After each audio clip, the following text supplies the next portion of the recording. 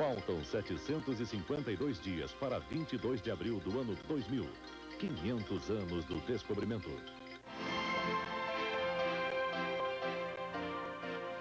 Atenção, emissoras da Rede Globo, para o top de 5 segundos.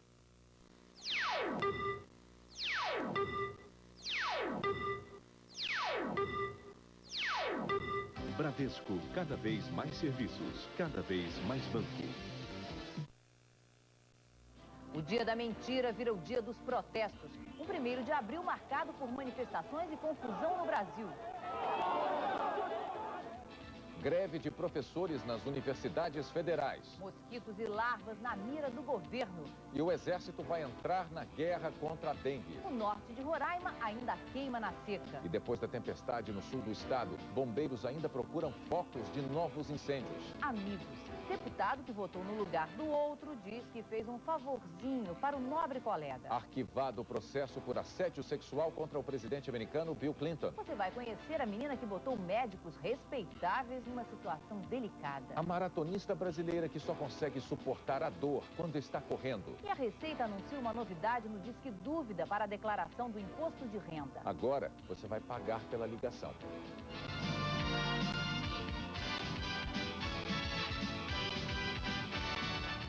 Está no ar o Jornal Nacional com William Bonner e Fátima Bernardes. Boa noite. Universidades federais sem aula. Professores escolheram o dia 1º de abril, conhecido como o Dia da Mentira, para pedir mais dinheiro para a educação. E tiveram apoio dos estudantes em protestos por todo o país. Professores e estudantes da Universidade Federal de Minas Gerais tomaram uma avenida no centro de Belo Horizonte. Numa passeata em Curitiba, críticas aos salários dos professores de universidades federais têm aumento há 3 anos. Em Porto Alegre, trânsito interrompido e manifestações contra o que os professores chamam de mentira na educação. No Rio, estudantes e professores fecharam a Avenida Rio Branco, a mais movimentada do centro da cidade. A passeata seguiu até o antigo prédio do Ministério da Educação. Os estudantes tentaram invadir e foram contidos pela polícia. Segundo os professores, 22 universidades federais em todo o país estão sem aula. Os professores reclamam dos salários e também da falta de condições para trabalhar. Uma parte do prédio da Universidade Federal do Rio está escorada para não cair. Uma rachadura põe em risco todo o bloco. No hospital universitário, o teto da UTI desabou. E no COP, o principal centro de pesquisa em engenharia da América Latina, a falta de recursos compromete projetos importantes. Laboratórios com infiltrações e umidade bem acima da ideal. Neste laboratório que desenvolve pesquisas de despoluição do meio ambiente, equipamentos caros de até $100 mil estão queimados e a universidade não tem dinheiro nem para consertar. Eles foram instalados de forma precária, com a fiação toda exposta. E na mesma sala, gases como oxigênio e monóxido de carbono ficam ao lado de fios de alta tensão que passam dentro desta calha. Qualquer faísca aqui leva para os ares do laboratório de química. Há 27 anos trabalho nessa universidade, nunca passei por uma situação tão ruim como agora. A direção da Universidade Federal do Rio de Janeiro diz que falta dinheiro para a manutenção do prédio dos laboratórios.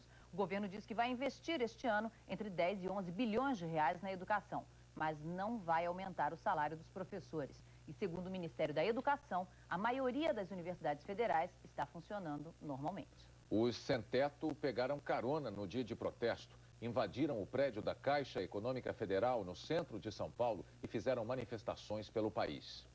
Em Belo Horizonte, os sem-teto protestaram em frente à Assembleia Legislativa. Eles pediram a construção de 5 mil casas populares. Em São Paulo, eles fizeram passeata pelo centro da cidade. No final da manhã, 400 sem-teto invadiram um prédio vazio da Caixa Econômica Federal. Eles quebraram os vidros da porta de entrada e ocuparam vários andares. Um segurança ficou levemente ferido. Os manifestantes querem que a prefeitura retome os programas de mutirão, suspensos há 5 anos.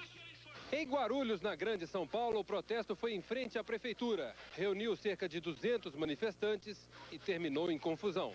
Uma comissão de sem-teto pedia ao secretário de Negócios Jurídicos a suspensão de ações de despejo contra várias famílias que invadiram terrenos da prefeitura. O que era para ser uma conversa terminou em briga. Do lado de fora, os manifestantes tentaram impedir que o prefeito fosse embora e apedrejaram o carro onde ele estava. Ninguém ficou ferido. Os sem-teto decidiram acampar em frente à prefeitura. Estudantes do Ceará vão fazer antidoping.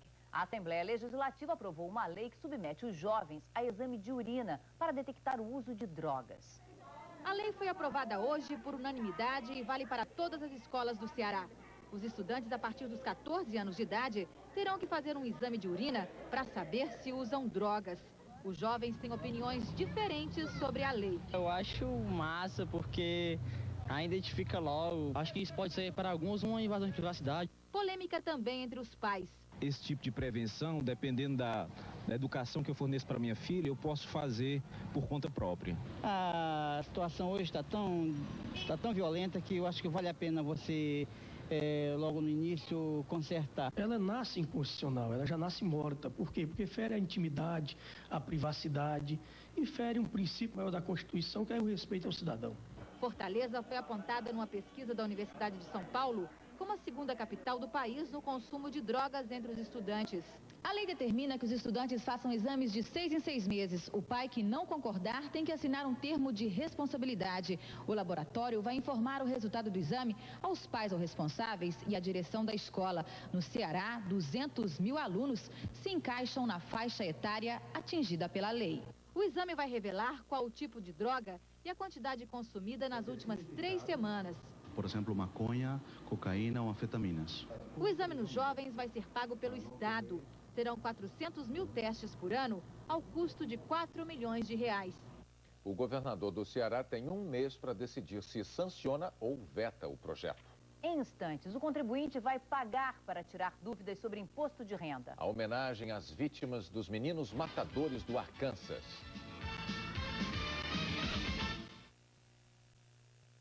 Sabe que pra gente crescer forte tem que cuidar bem do corpo, não é? Cálcio pro osso, vitamina pra cabeça, muito feijão. O nosso país é a mesma coisa. Pra ele crescer forte, o Programa Brasil em Ação tá cuidando de tudo. Olha o caso de São Paulo, por exemplo. Trabalhando juntos, o governo do estado e o governo federal já entregaram a Eclusa de Jupiá.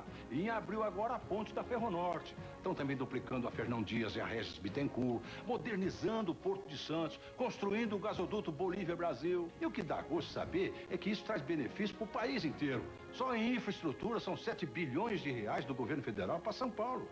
E para cada real que o Brasil em Ação investe, vem mais 3 dos parceiros privados. Resultado é a multiplicação de crescimento, de oportunidade, de emprego. Eita, mundo velho, o Brasil tá no rumo tão certo que dá até um calorzinho aqui na gente. Coração bom tá aqui no meu peito, só falta entrar. Programa Brasil em Ação, o caminho do desenvolvimento. Eu dirijo uma clínica que atende exclusivamente mulheres. Mas isso é a idade das trevas. A mulher estuprada prefere morrer do que procurar ajuda. Eu não posso estar grávida simplesmente porque eu ainda sou virgem. A minha religião, ela condena o prazer pelo prazer. Eu não posso examinar senhoras vestidas desse jeito. A gente não tem o hábito de despir o hábito na frente dos outros. Eutanásia é crime. É como se fosse assassinato. Eu não posso ter um bebê aqui! Quando você fez essa opção, você sabia que ia trabalhar no limite entre a vida e a morte. Mulher. Com sensibilidade, força e muita emoção. Vem aí a nova série brasileira. Hoje, depois de Por Amor, estreia Mulher. Globo, um caso de amor com o Brasil. Uma pequena cidade do interior de São Paulo se pergunta por que um jovem de 11 anos levaria uma pistola para a escola. Foi o que aconteceu. O dono da arma, o padrasto do estudante, vai responder a inquérito policial por negligência. A história do menino armado abalou a pacata cidade de Matão, que há 270 dias não registra um crime com arma de fogo. Aluno da 4ª série, 11 anos, ele escondeu uma pistola da mochila para entrar na escola e mostrou a vários coleguinhas. No intervalo, chegou a desfilar com a arma na cintura. Ela mostrou para os amigos, assim. Você viu a arma? Vi. Os professores que chamaram a polícia para apreender a arma se surpreenderam com a atitude do menino. Não tinha problema com ninguém dentro da escola, nem dentro da sala de aula, nem com o professor, e nem assim na comunidade. Ele não é um aluno que nos causa assim, problema. Essa é a arma que o menino levou para a escola, uma pistola semiautomática calibre 635. E estava carregada, o pente cheio, com 7 balas, pequenas no tamanho, mas com alto poder de perfuração. O tiro dessa pistola geralmente mata por hemorragia. Ele só levou para mostrar pro coleguinha que estava duvidando que ele tivesse a arma. Mas se ele disparasse essa arma? Responsabilidade é dos pais, né? A delegada mandou o menino para o Conselho Tutelar da Criança, onde ele ficou recolhido por algumas horas. E indiciou o padrasto, dono da pistola, pelo crime definido no Código Penal como falta de cautela com armas de fogo. A família não quer dar entrevista e pretende tirar o menino da escola. Um novo ataque de estudante armado nos Estados Unidos. O Senado discute a aprovação de uma lei que responsabilize os pais pelos crimes dos filhos. E estudantes de Jonesboro fizeram uma homenagem aos colegas assassinados por 2 alunos. Há uma semana, a tragédia. Ontem à noite, silêncio e oração. 7.000 moradores de Jonesboro rezaram pelas meninas e pela professora mortas na emboscada. Crianças atingidas que sobreviveram ao ataque foram com os pais buscar conforto na fé.